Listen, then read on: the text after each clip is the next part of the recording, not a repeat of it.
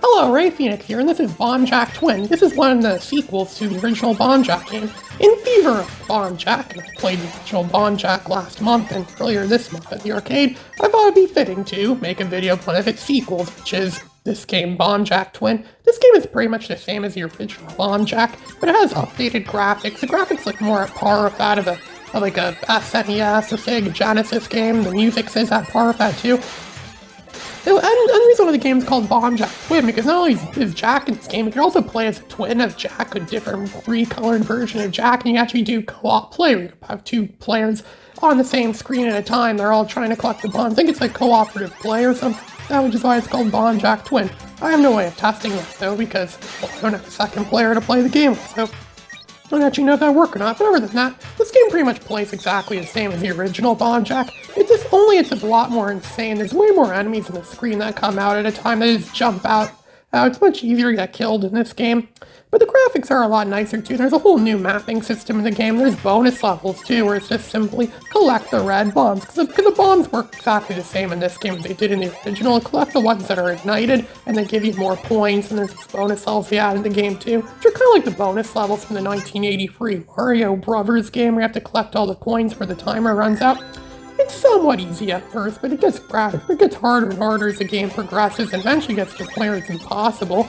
The music, I think, is different in this game than it was in the original. There's no Lady Madonna in this game like there was in the original, but instead it's just mostly all the same kind of music just repeat over and over again. It's not horrible, actually compared to the music in the first Bomb Jack, but this game is still pretty good. I actually kind of like the original more. I think the original is structured better, and it wasn't as insane. Yeah, the original was pretty insane, but not as insane as this, where you get stuff constantly being thrown at you all the time, where it's always like a big, the game always gets cluttered so easily. I find there's way more clutter in this game of enemies.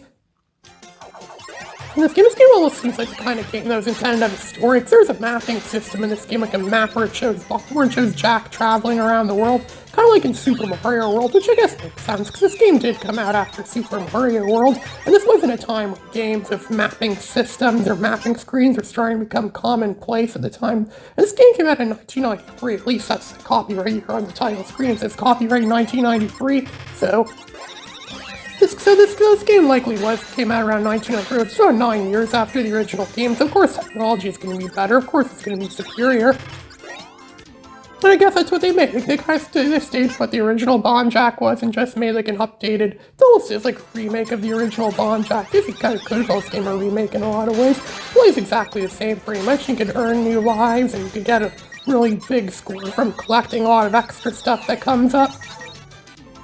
So this game isn't really that much different from the original. It's just mostly all the same stuff. The original has the same beats, but with some extra stuff in it.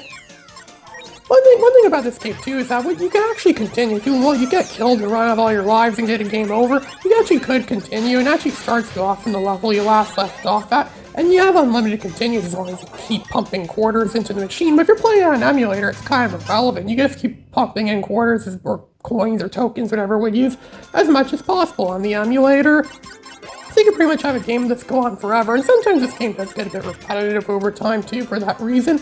There's still only a few levels, there's almost the levels are only varied by just a few per world. There's worlds in this game, there's only a few levels, and eventually, as you probably guessed, they're eventually going to loop after a while. There's only so much, and they loop after a while. Give you the same levels but harder kind of thing, which is a common thing for arcade games in the 80s, but it's not the 80s, it's the early 90s, but I guess they wanted to stay true to what the 80s was.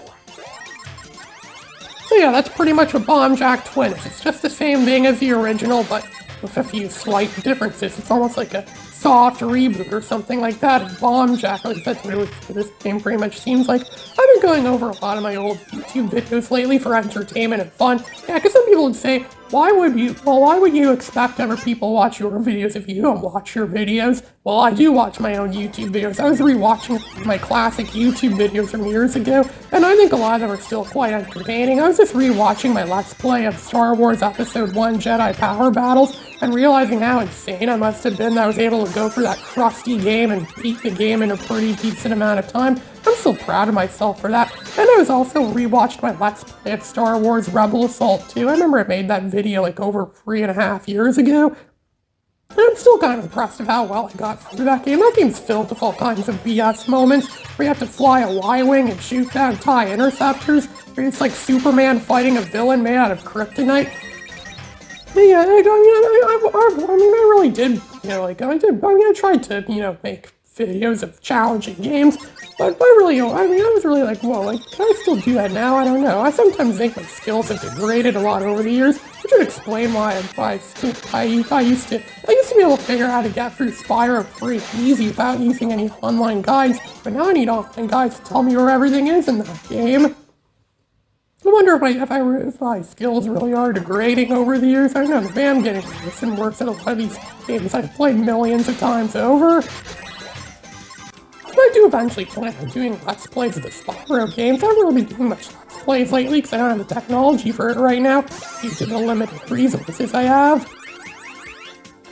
But I will do Let's Plays of those eventually. So I'm not going to use any of my continues, even though I loaded 7 quarters into this game. Just going to enter my name, A-R-A-Y, and I beat my high score. That's an impressive achievement, I guess. This is Ray Phoenix, signing out.